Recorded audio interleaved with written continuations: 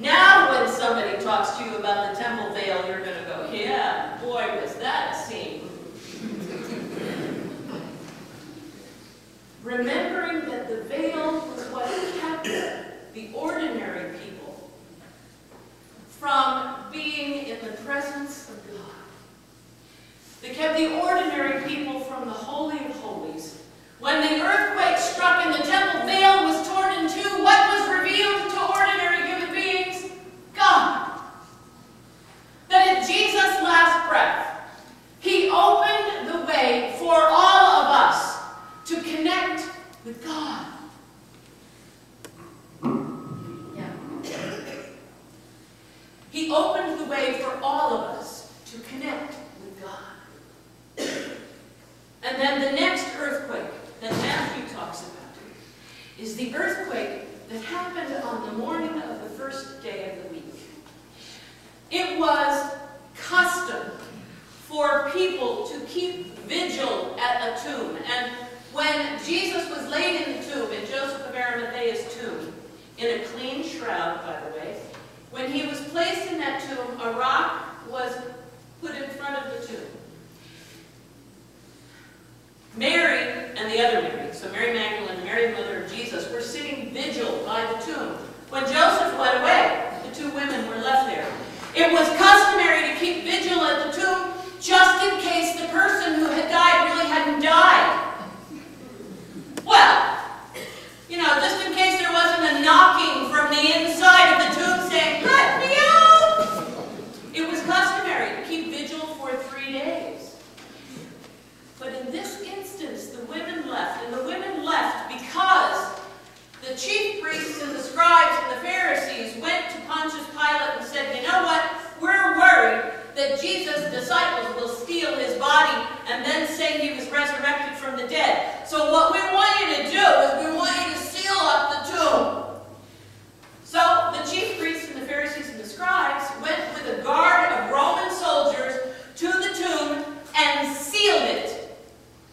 I don't know if they had epoxy, but you know, they sealed it so it couldn't be opened by anyone from the inside or the out. Women weren't going to stay there because not only did they seal the tomb, but they put guards at the tomb, Roman soldiers. I doubt very much that the two Marys wanted to hang out in the company of the Roman soldiers. It was dangerous for them, so they left. The next morning, they came to check. The other gospel writers say they came to anoint Jesus' body. They weren't going to anoint his body. They couldn't get in. They were coming to check. And Matthew tells us, once again, he uses that word, "sio," once again. There was a great earthquake. There's a whole lot of shaking going on. There was a great earthquake. And when that earthquake happened, it was an angel descending from heaven. Matthew likes to use angels. There are a lot of angels in his gospel. And there's this great angel. I picture this thing, this guy, this Arnold Schwarzenegger-sized person with lightning and wings in a white uniform with a big S on his chest. coming down, and this wonderful special, put the special effects in, people. This wonderful special effect where he goes, "I know why you're here. You came to see Jesus who was crucified." You know, with a snap of his finger or with his great arms or whatever, he just opens the tomb and he says, "Take a look, because he's not here." The wonderful word, "sio," is used again to describe what happened to the two Roman soldiers. That same earthquake word describes what's happening to the soldiers. They're there shaking in their boots when they see this angel who's ripped that tomb open and said, come on, take a look, because he's not here. The importance of this story for Matthew is that there were people in his time who were saying, "Oh, the resurrection of Jesus was nothing. Those disciples of his stole his body." The importance of this story is to say there were other witnesses to this resurrection. There were those Roman soldiers who were witnesses to this resurrection.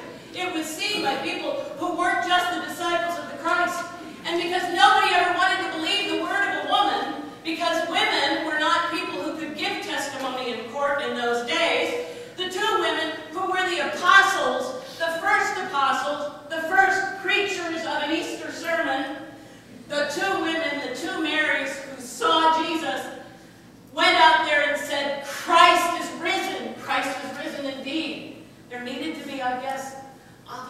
witnesses, but let me tell you today, those women are our messengers of the good news.